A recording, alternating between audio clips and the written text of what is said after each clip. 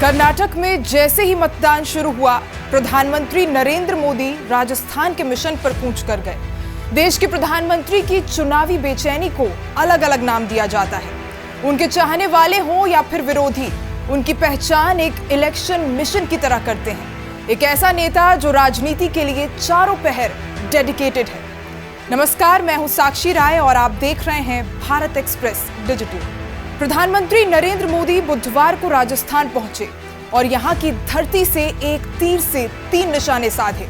कर्नाटक तो खैर केंद्र में था ही, लगे हाथ मिशन 2024 और राजस्थान विधानसभा चुनाव को लेकर भी अपने बयानों के तीर छोड़े। राजस्थान के श्रीनाथ मंदिर में पूजा अर्चना का मतलब साफ था कि पीएम मोदी बिना रुके थमे आगे बढ़ते रहेंगे। यही उनके और बीजेपी की सफलता का राज है तो विपक्ष के लिए सबसे बड़ी चुनौती। नाथद्वारा और आबू रोड में पीएम ने राजस्थान की जनता को साफ साफ संदेश दे दिया कि कांग्रेस नहीं, बीजेपी में ही उनका सुरक्षित भविष्य है। इस वीडियो में आपको बताएंगे कौन से हैं पीएम मोदी के वो बयान जिसने राजस्थान की गहलोत सरकार पर वार किया है। अपनी जनसभा में सबसे पहले पीएम ने अशोक गहलोत और पायलट के बीच चल रही तनातनी को लेकर कटाक्ष किया। पीएम ने कहा, ये कैसी सरकार है जहां मुख्यमंत्री अशोक गहलोत को अपने ही विधायकों पर भरोसा नहीं है। ये कैसी सरकार है जहां विधायकों को अपने सीएम पर ही भरोसा नहीं है। सरकार के भीतर सब एक दूसरे को अपमानित करने की होड़ में है।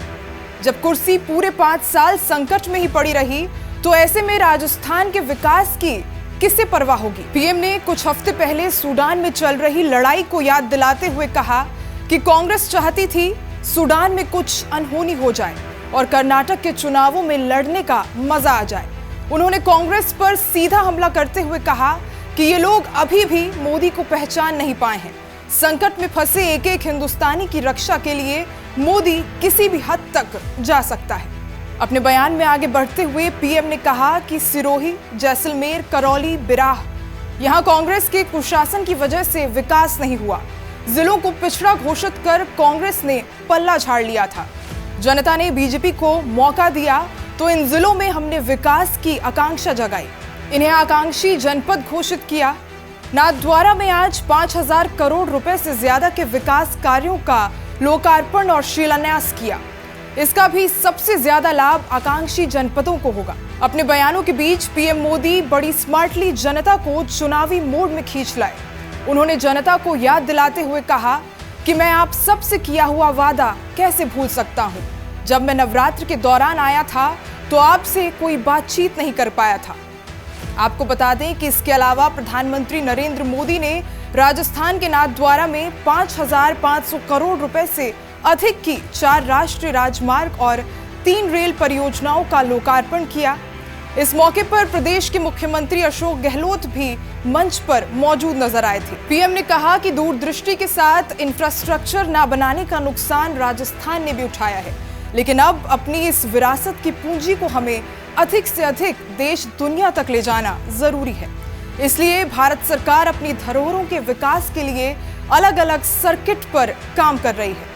पब्लिक को लगातार एंगेज कर उसके इमेजिनेशन को कैप्चर करने की अद्भुत कला बीजेपी पीएम मोदी के नेतृत्व में बेहतर तरीके से जान गई है और यही पीएम मोदी और बीजेपी की सफलता का एक बड़ा कारक साबित हो रही है। देखना होगा विपक्षी पार्टियां इस चैलेंज को किस तरह लेती। आपको हमारी ये खबर कैसी लगी हमें कमेंट सेक्शन में बताना ना भूलें।